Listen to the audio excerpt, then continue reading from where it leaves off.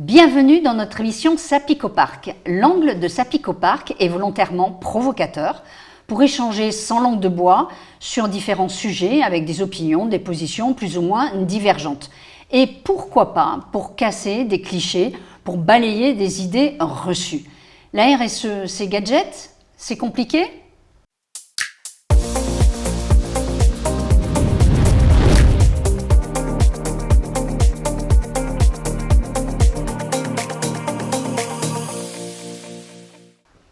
Le saviez-vous?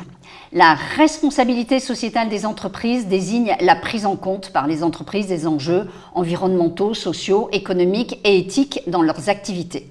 L'enjeu de la RSE résulte au départ de demandes d'une meilleure prise en compte des impacts environnementaux et sociaux des activités des entreprises, qui est née notamment des problèmes d'environnement planétaire rencontrés depuis les années 1970. Une récente étude a montré que les engagements pris par les entreprises influencent de plus en plus la prise de décision des consommateurs et des collaborateurs.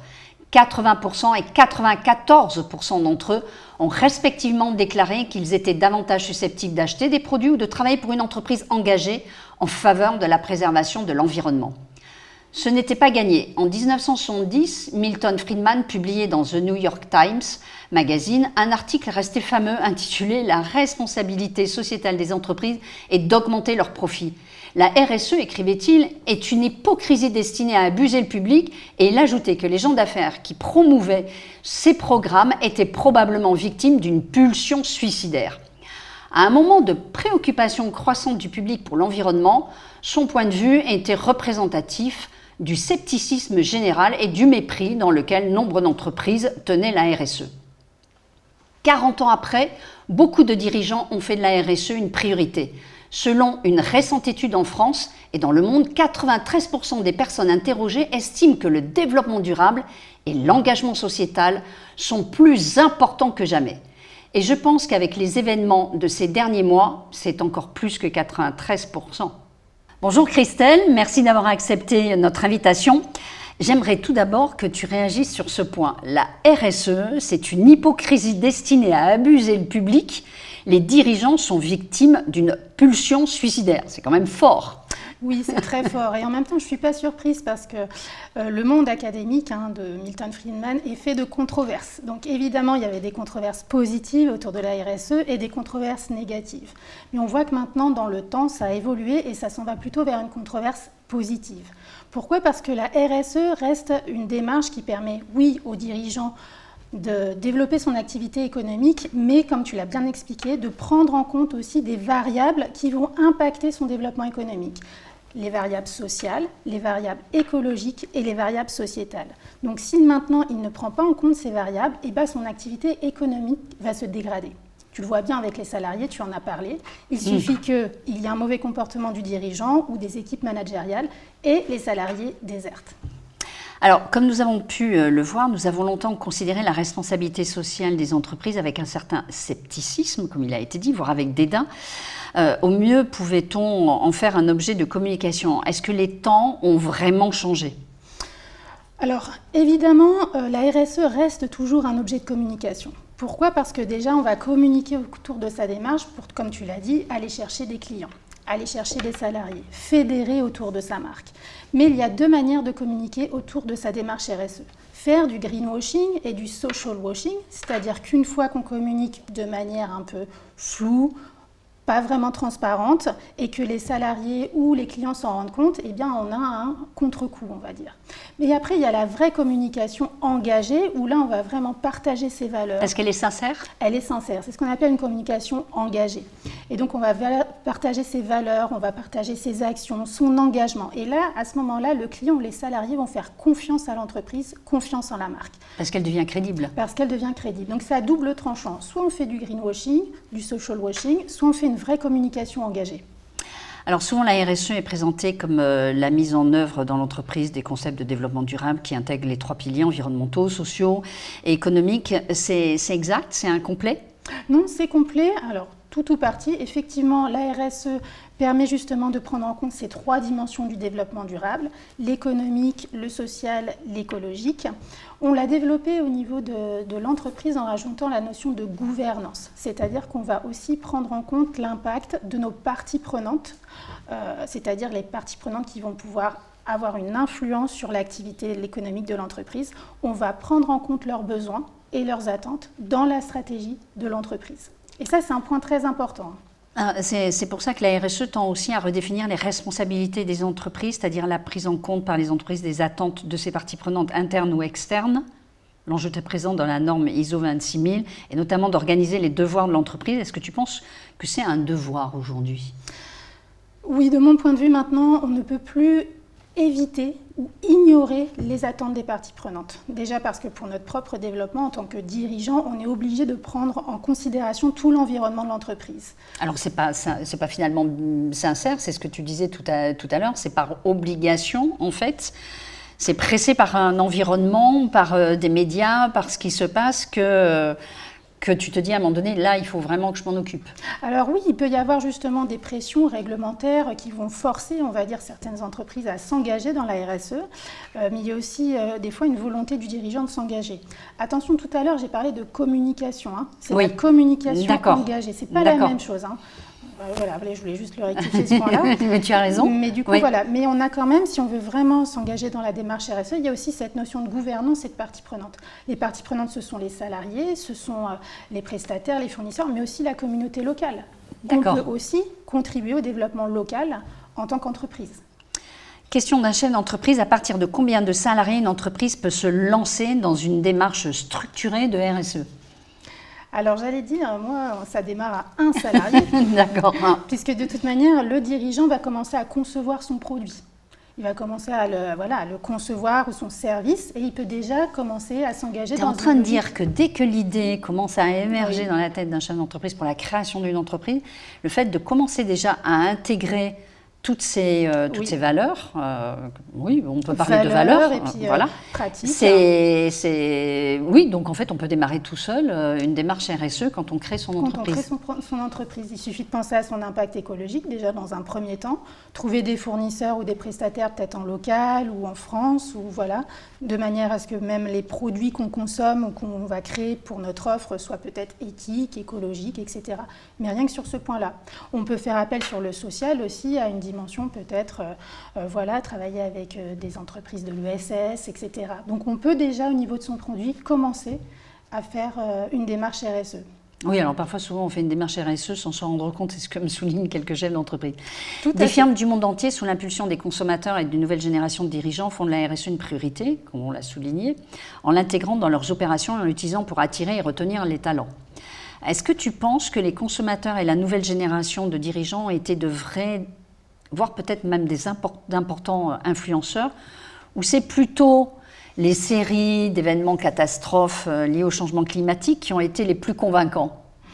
Ton cœur balance entre les deux? Moi, j'allais dire c'est un tout, en fait. C'est un tout? C'est un tout, justement. Je pense qu'effectivement, il y avait déjà des mouvements engagés, parce que de toute manière, la RSE, comme tu l'as dit dans les années 70, a aussi démarré avec des mouvements contestataires, consuméristes. D'accord. Donc ça, c'est déjà le départ de montrer que déjà les clients ou même la société dans son ensemble étaient insatisfaites de la manière dont les entreprises produisaient. Donc cette prise de conscience, on va dire consumériste, elle a été accentuée par les crises qui sont arrivées très dernièrement, notamment avec l'impact sanitaire, où là justement il y a une vraie réflexion, une vraie prise de conscience, puisqu'on s'est rendu compte que d'un seul coup l'économie s'arrêtait et on voyait l'Himalaya. Oui, et pas que l'Himalaya. C'est gadget la RSE? Alors moi, tu prêches une convaincue. Pour moi, c'est pas gadget la RSE.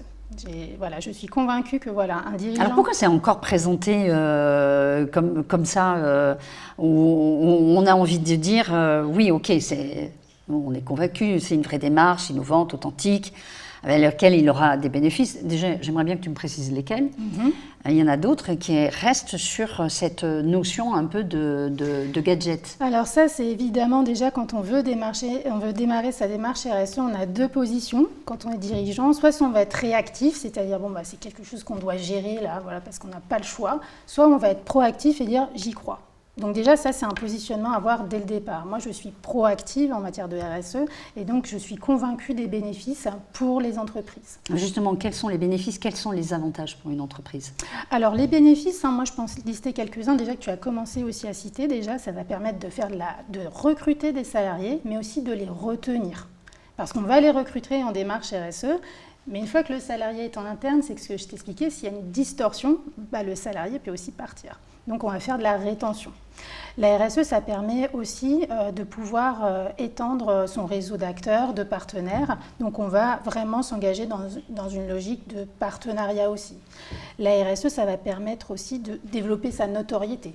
Puisque comme tu l'as dit, les consommateurs maintenant sont très attentifs à comment je vais développer mon activité. Oui, de plus en plus vigilants et de plus en plus interrogatifs d'ailleurs. Voilà. La RSE, ça permet aussi d'aller chercher des marchés, que ce soit les marchés privés, puisque maintenant les grands groupes, les grandes entreprises qui sont engagées dans une chaîne d'achat intégrée attendent aussi de leurs fournisseurs ou de leurs prestataires qui sont engagés dans une démarche RSE. Oui, et de plus en plus, faut-il le préciser, dans des appels d'offres. Exactement. Qu'ils soient publics ou privés, tu as toujours le petit paragraphe qui dit « Ok, tes actions RSE, c'est quoi ?» Exactement. J'allais venir justement, tu m'as devancé sur les appels d'offres publics, où vraiment maintenant c'est dans le code des achats publics. Donc il faut vraiment maintenant prendre en considération sa démarche RSE et la partager dans ces appels d'offres. Alors, la RSE, c'est compliqué. En quoi, toi, tu as mis en place une plateforme qui fait appel à une méthodologie et à un outil. Donc, cette plateforme, tu dis, moi, ça te fait gagner du temps et des ressources. Enfin, vu de l'extérieur, excuse-moi, Christelle, ça paraît quand même encore compliqué. On s'imagine un peu une usine à gaz. En quoi, toi, cette plateforme est-elle un gagne-temps ? Et gagne-temps, et puis quelque chose quand même de relativement accessible et simple. Oui, alors déjà, je vais essayer de prendre le bon bout pour te répondre. Déjà compliqué effectivement, parce que déjà quand on parle de RSE, un dirigeant, il y a plein de dimensions qui apparaissent, donc il y a ce côté conceptuel, abstrait de la RSE qui fait que c'est compliqué. Donc l'apprentissage de la RSE en général reste compliqué, puisque c'est très conceptuel. Donc là, c'est un premier gap que moi j'ai identifié quand je faisais mes recherches ou mes interventions, même en tant que responsable RSE. Il fallait trouver un système où on allait faciliter l'apprentissage. Et c'est là que moi j'ai décidé d'intégrer le digital, donc cette plateforme. L'apprentissage se fait par l'image, se fait par l'exploration de la méthodologie qui est digitalisée sur la plateforme. Donc voilà, c'était aussi à ce niveau-là gagner du temps en compréhension. Quand on t'entend parler, c'est pas que gagner du temps. On a l'impression même que tu as voulu démocratiser quelque part un peu, simplifier. Et c'est pas péjoratif. Non, mais c'est tout à fait ça. L'image qu'on se fait de la RSE, c'était ta démarche de fond ? Oui, c'était ça. C'était ma démarche de fond parce que voilà, je l'ai vraiment vu dans mes activités. Donc ça, c'était ce premier point, la démocratiser, la rendre accessible avec un outil simple où on passe peu de temps justement à comprendre son fonctionnement. On va vite explorer, savoir qu'il faut mettre en place certaines pratiques, des indicateurs, avoir un budget, voilà, comment on va le mettre en place. Ça, c'est le premier point compliqué. Alors le deuxième point, justement, ce qui est intéressant avec cette plateforme, c'est que c'est une méthode qui est différente. C'est une méthode de conduite de projet. On va conduire le projet RSE de son entreprise. Donc on va inciter le dirigeant à construire sa vision, avec des objectifs, avec où il veut aller, lui donner un cap, et on va l'aider à le dérouler. Donc mais tu vois, c'est plus la même approche. Je vais te piquer un peu. Si moi, je n'ai pas de vision, je suis un chef d'entreprise, bon, la RSE, ce n'est pas quelque chose qui me parlait, bon, j'ai eu la chance de te croiser, tu me parles de cette plateforme, j'arrive sur cette plateforme et on me dit, quelle est ma vision de la RSE ? Oui, mais qu'est-ce que tu veux faire sur le plan écologique ? Qu'est-ce que tu veux faire sur le plan économique ? On va te guider à ce point-là et avec des petites images, des petites photos pour te permettre de mieux appréhender les différents sujets, les différentes thématiques. Voilà, on accompagne et c'est avec vraiment des pratiques de management de projet, de conduite de projet. Donc voilà, qu'est-ce que tu veux faire sur le plan économique sur un certain laps de temps, quelles actions tu vas mettre en place, etc., etc. Donc on contextualise vraiment la RSE à l'échelle de l'entreprise et on l'aide à construire son projet d'entreprise pour qu'il se développe de manière responsable. Quels sont les effets, mais j'aimerais que tu me parles très concrètement, qu'est-ce qu'on peut mesurer tout de suite en effet positif sur la performance avec les pratiques justement RSE ? Alors moi, vraiment, moi j'ai eu des retours, c'est l'engagement des collaborateurs qui reste vraiment la première variable. C'est la première, oui. C'est ce qui ressort le plus. Parce qu'ils en ont besoin, déjà les collaborateurs ont besoin de sens maintenant, ont besoin de se sentir utiles au-delà de leurs tâches traditionnelles. Ils ont besoin aussi de partager leurs idées, d'innover, de se sentir à leur place. Et donc, dès qu'on s'engage justement dans des pratiques de management, de pilotage de l'innovation, en fait, on crée beaucoup plus d'engagement. Après, bien évidemment, on en ressent les effets. Sous quelques mois, on va voir que nos indicateurs, par exemple, écologiques, de gestion des déchets vont baisser, qu'on va peut-être avoir une augmentation de notre chiffre d'affaires plus rapidement parce qu'on aura bien piloté notre volet économique. On aura mieux calibré nos actions marketing, etc. Donc, j'insiste sur le volet aussi économique de la RSE. Donc, c'est-à-dire que sur la plateforme, à partir du moment où je mets quelques actions en place, ce dont j'ai beaucoup entendu parler dans les entreprises, on a fait du relamping, on a investi temps. Ça nous a permis de... Qu'est-ce que tu as constaté? La plateforme va peut-être te poser la question. Déjà, une baisse, c'est ce que me relatent des entreprises, une baisse des accidents de travail. Oui, voilà, parce par que exemple, tout à fait. Une vision non pas très, je dirais, très verticale, mais un peu plus large, de par les nouvelles technologies qu'ils ont utilisées. Et en plus, la diminution de la facture, alors d'autant plus qu'on en parle beaucoup en ce moment. Donc, la plateforme va recruter, va recenser toutes tes petites actions que tu vas mettre en place et te le sortir sous forme un peu d'un reporting en disant voilà ce que tu as pu économiser, voilà ce que ça va te rapporter économiquement parlant. Alors pour le moment, la plateforme, elle permet vraiment de piloter le projet RSE de son entreprise. C'est les indicateurs qui vont lui apporter les réponses. D'accord. Donc après, voilà, la plateforme fait les calculs en fonction des données qu'auront rentrées les salariés, etc. Par contre, justement, cette plateforme, elle a un accès, aux salariés. Donc en fait, après, tout le monde peut rentrer dedans et tout le monde peut la nourrir. Oui. D'accord. En fait, ça, c'est aussi l'intérêt de cette plateforme, c'est qu'on va aussi fédérer l'ensemble des salariés parce qu'on va connecter tout le monde et on va répartir les tâches différemment dans l'entreprise et chacun va s'approprier un bout de la RSE. Donc très participatif. Très participatif. Une des critiques les plus souvent formulées contre la RSE que j'ai pu lire est que les entreprises ne s'en soucient qu'à des fins marketing. C'est un simple slogan adopté par les sociétés parce que c'est dans l'air du temps, qu'il faut suivre la mode. Pour la plupart des entreprises, la RSE est une affaire de relations publiques et cela s'arrête là. Ça sonne bien, c'est la bonne chose à faire, ça plaît aux médias. Est-ce que cette logique tend à s'inverser ? C'est ce que je t'expliquais, c'est soit on a cette approche social washing, greenwashing, voilà, on veut faire que du marketing. Et c'est ce qui a donné cette image que c'était utilisé qu'à des fins marketing ? Qu'à des fins marketing, dans un contexte très réactif, c'est-à-dire on a un groupe contestataire, on a des relations publiques à gérer vite, on met une démarche RSE en place, mais finalement en interne, les salariés n'en recevaient aucun effet en fait. Tout à l'heure, tu l'as souligné, tu disais la RSE est également un moyen d'attirer et de retenir les talents.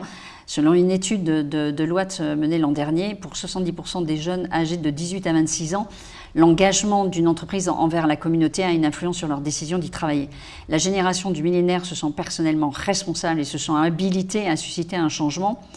Est-ce que c'est ce que tu constates aussi et est-ce que c'est, je dirais, lié qu'à une génération, les 18-26 ans ? Est-ce que ça a tendance à faire tache d'huile et à influencer d'autres générations ? Et est-ce que toi aussi, tu fais ce constat-là ? Oui, moi je pense qu'effectivement la génération actuelle qui est encore plus impactée par tous les événements est encore plus consciente et justement oriente sa vie, entre guillemets, personnelle ou professionnelle dans cette logique de responsabilité et de prise de conscience. Donc il y en a qui vont choisir effectivement des emplois qui vont permettre justement d'être en cohérence avec leurs valeurs et ils vont déserter des entreprises et il y en a qui vont choisir des entreprises justement parce qu'elles sont engagées. Ça c'est un fait que moi je trouve vraiment évident. Par contre, je pense que les autres générations, enfin par exemple la mienne, ou toi peut-être, on est aussi engagés, on fait aussi attention dans la manière dont on consomme, dont on voudrait continuer de poursuivre notre vie. Donc je pense que toutes les générations aujourd'hui sont impactées et souhaitent... Cette génération de 18-26 ans aussi, on va s'excuser pour ceux qui nous regardent d'être un peu plus âgés. Nous font culpabiliser aussi en nous disant regardez ce que vous nous avez laissé, regardez ce que votre génération a fait, vos différentes générations avant nous ont fait et nous on est obligés quelque part de réparer Oui, les alors, dégâts. moi je suis d'accord sur ce que tu dis, mais en même temps, c'est le propre de l'innovation. On fait tous des erreurs. Les générations passées se sont lancées dans l'industrie, ils n'avaient pas conscience des impacts que cela pouvait produire. Donc il y a eu des erreurs, il y a eu des excès aussi. Donc c'est ces excès-là que voilà, que ce soit du capitalisme, etc. Ou, enfin, tu vois, il y a eu la montée de tout ça, donc ça a eu des conséquences. Maintenant, voilà, il y a une part de responsabilité et il y a une part où voilà, c'est pas de notre responsabilité, on a fait au mieux pour nous développer. Ça, c'est mon point de vue. Un changement fondamental de culture au fil des générations. On vient de le dire, l'entreprise a donné l'impression d'être uniquement guidée par ses profits, parfois au mépris de certaines valeurs, au détriment de la société et de l'environnement. Les temps ont changé, alors qu'hier, c'est le monde des affaires dont les décisions pouvaient impacter l'environnement. Aujourd'hui, c'est l'environnement qui impacte sur les affaires. Tu fais le même constat ? Alors, ça dépend de quel environnement tu parles. Tu veux me parler de quel environnement ? D'une façon générale, c'est plutôt l'environnement qui peut avoir un impact sur les affaires, peut-être par rapport à ce qui se passe. Alors, parce qu'on peut parler de l'environnement de partie prenante, mais aussi parler de l'environnement naturel. Maintenant, on va parler de l'environnement naturel. Voilà, c'est pour ça que je voulais être sûre. Mais l'environnement naturel, on voit maintenant, il y a par exemple des grandes entreprises, que ce soit dans l'automobile, qui commencent à se poser des questions sur comment on va produire nos voitures maintenant. Il y a un manque de ressources naturelles. Donc on voit bien que maintenant, les entreprises aujourd'hui sont obligées d'imaginer des nouveaux produits, des nouveaux services écologiques pour pouvoir continuer de se développer et produire. Toute initiative RSE doit faire partie intégrante de la stratégie d'une entreprise et ne relève pas seulement d'un département à part. Ton avis sur l'affirmation de ce chef d'entreprise ? Ben moi, je suis tout à fait d'accord, puisque c'est la conduite de projet RSE. Donc, en fait, c'est ça que moi, j'ai constaté, c'est qu'on développait la RSE en interne dans l'entreprise avec un service RSE qui était surchargé de tout gérer en transversalité. Maintenant, l'idée, c'est de répartir mieux la RSE en fonction des métiers, des fonctions de l'entreprise et que chacun puisse se la réapproprier. Le service RSE reste toujours utile, peut-être pour faire plus de veille, plus d'innovation, etc. Mais toi, tu es beaucoup plus pour le participatif où chacun amène son petit grain de sable, son petit caillou. Pour que ça soit performant, oui. Une question un peu piquante. Je vais te demander comment on devient spécialiste RSE et je vais t'expliquer pourquoi. C'est vrai que ce sujet est apparu comme gadget, comme compliqué, ce qu'on a vu tout à l'heure. Et je reprends l'expression de certains, voire même une pompe à fric, parce que comme pour le RGPD, on a assisté d'un seul coup à une explosion de consultants en RSE. Donc, ma question, comment devient-on spécialiste RSE aujourd'hui ? Ben moi, j'allais dire avec moi. Oui, alors c'est vrai que tu fais de l'accompagnement pour l'information, mais toi, excuse-moi, je le sais un peu, toi, tu as octroyé 10 ans de ta vie là-dessus. Oui, c'est pour ça que justement, je le disais aussi. Alors moi, je respecte tout à fait mes confrères qui sont consultants RSE, qui ont aussi des compétences. C'est qu'après, voilà, j'ai étudié très longtemps la RSE. Déjà, quand j'ai démarré mes recherches, j'ai mis pratiquement 2 ans pour comprendre ce que c'était.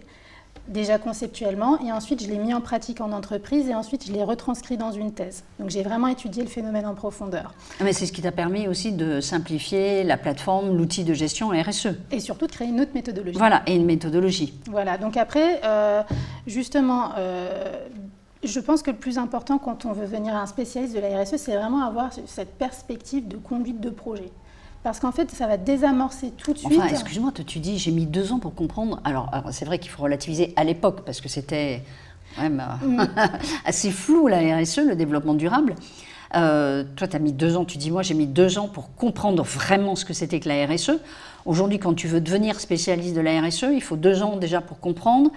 Et puis ensuite, apprendre comment on conduit un projet, la conduite de projet, parce que ça s'apprend aussi, et c'est pas comme ça qu'on peut le faire. Donc, alors moi j'allais dire, j'ai étudié pendant 10 ans ce que vous pouvez faire en 30 minutes. C'est pour ça que j'ai étudié pendant 10 ans. Attends, vas-y, répète-nous ça. Tu connais, il y a une phrase qui dit, voilà, moi j'ai étudié pendant 10 ans pour que vous arriviez à le faire en 30 minutes. D'accord. C'est un exemple. Mais merci. Merci d'avoir donné 10 ans de ta vie pour que moi je n'en passe que 30 minutes. C'est une façon de parler. Oui. Moi j'ai mis 30 minutes parce que c'était la phrase. Mais l'idée aussi c'est d'avoir longtemps étudié ce phénomène, en comprendre les composantes, la complexité pour réussir à le simplifier. Donc c'est aussi pour ça que j'ai développé cette méthodologie de conduite de projet.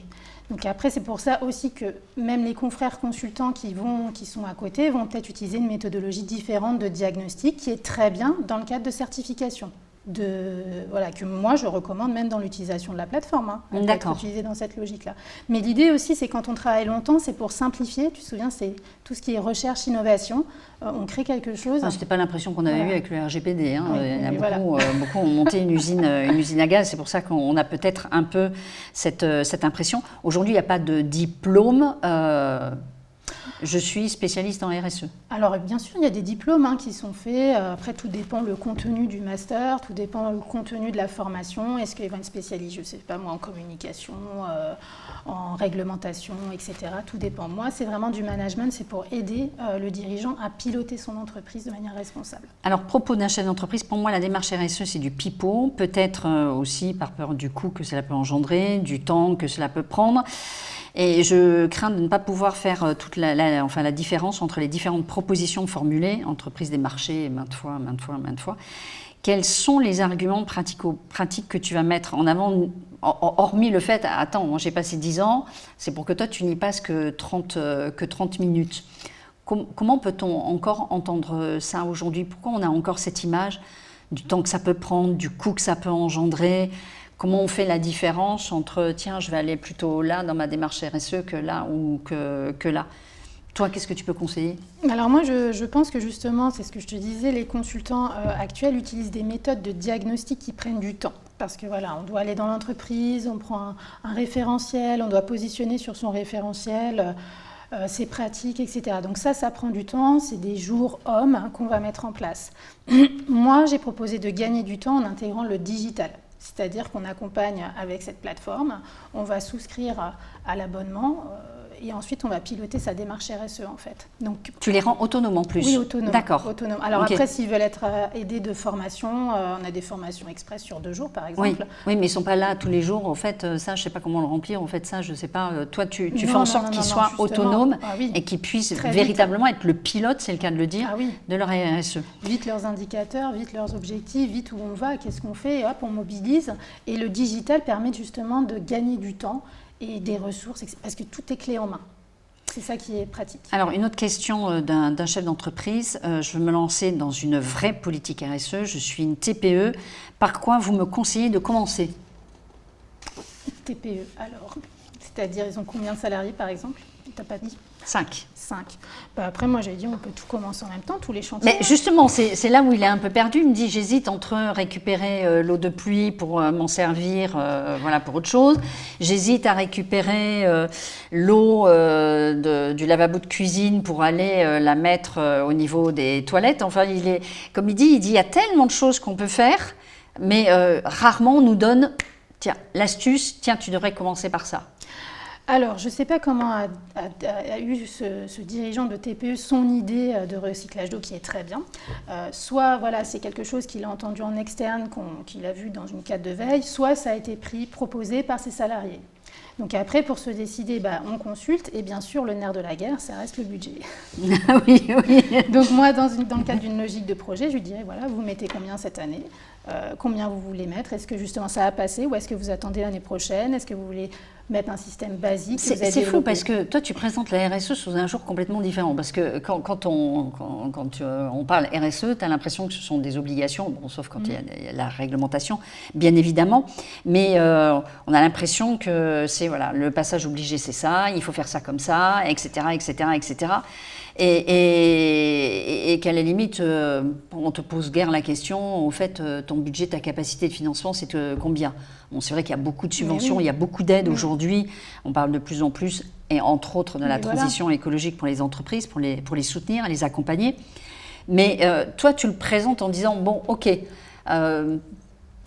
tu aurais combien à mettre là sur la table pour qu'on puisse tout doucement commencer et puis étaler ça sur plusieurs années? Oui, parce que déjà la RSE, c'est une démarche de progrès, donc d'amélioration continue. L'essentiel, c'est de se mettre en mouvement. C'est une démarche qui est contextualisée à l'entreprise à la base. Donc il faut vraiment qu'elle prenne en compte son environnement à elle, ses salariés à elle, son budget à elle pour pouvoir la développer. Ce qu'on voit justement, ce que je t'expliquais, c'est qu'on se positionne trop sur des référentiels qui suggèrent des pratiques standardisées. Exactement. Prenez tous des gobelets. Oui.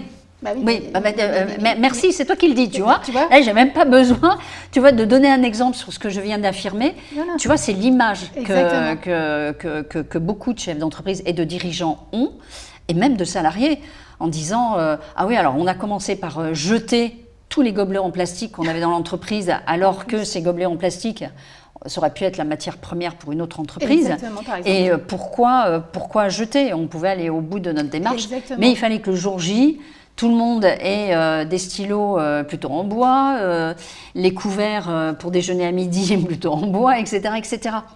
Donc toi, tu le présentes d'une façon tellement douce qu'on a l'impression pratiquement que c'est facile. Oui, puis c'est surtout, voilà, il y a des très bonnes idées qui viennent des salariés. Il y en a qui vont dire on ramène plutôt notre tasse.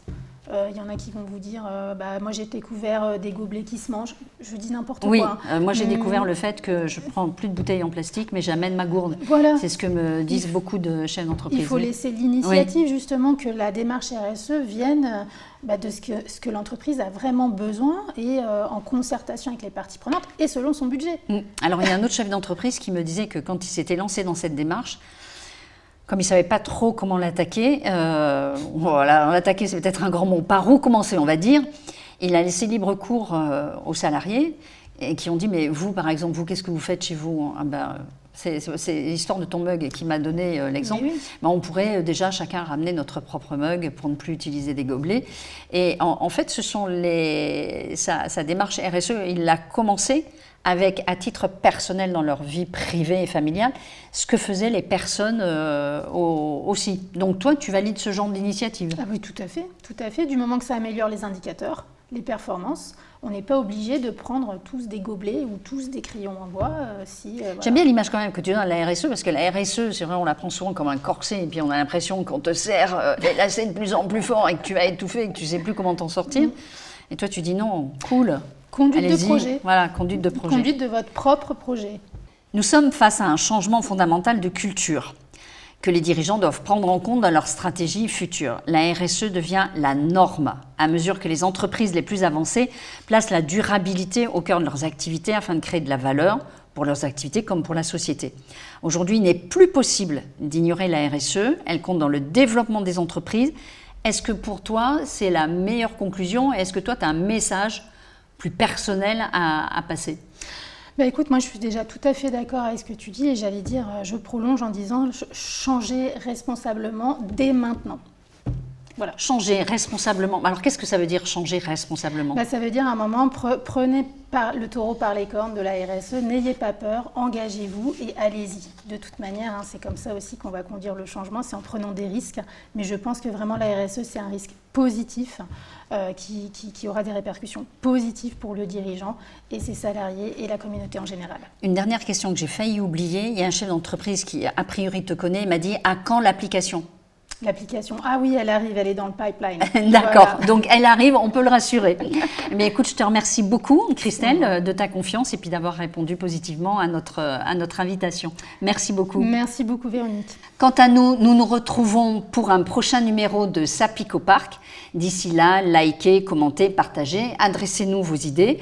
Vous avez nos coordonnées à la fin de cette vidéo.